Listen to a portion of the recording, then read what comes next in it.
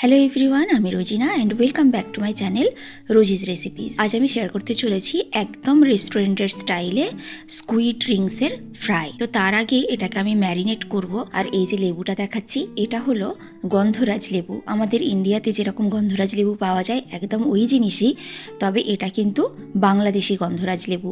বেলজিয়ামে একটি বাংলাদেশি দোকান থেকে আমি কিনেছিলাম।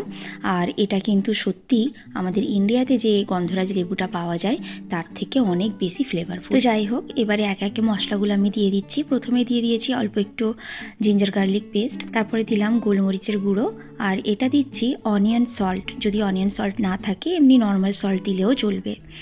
আর এটা হলো গার্লিক পাউডার। গার্লিক পাউডার না থাকলে একটু গার্লিক থেতো করে আলাদা করে দিয়ে দিলেও চলবে বা স্কিপ করলেও চলবে। আর দিয়ে দিলাম কিছু রেগুলার মশলা, ধনে গুঁড়ো, জিরে গুঁড়ো, অল্প একটু হলুদ গুঁড়ো আর একদম অল্প করে লঙ্কা গুঁড়ো, আর 2 চামচ তেল দিয়ে দিলাম।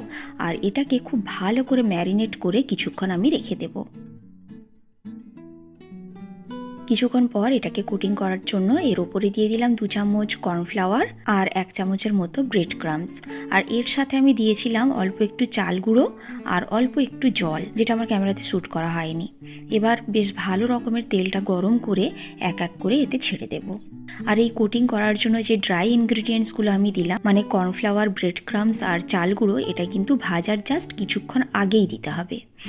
আর এটা ভাজতে গেলে কিন্তু বেশি টাইম নিয়ে ভাজা যাবে না, হাই ফ্লেমে ঠিক 10 মিনিট টাইম ধরে ভাজতে হবে। তার থেকে বেশি ভাজলে কিন্তু চিংড়ি মাছের মতো শক্ত রাবারি টেক্সচার চলে আসবে, কারণ এটা কিন্তু একদম চিংড়ি মাছের মতো। আর হ্যাঁ, অনেক জায়গায় কিন্তু এটাকে অনিয়ন রিংসও বলে, কারণ অনিয়ন রিংসের মতো দেখতে অনেকটা, তার জন্যই।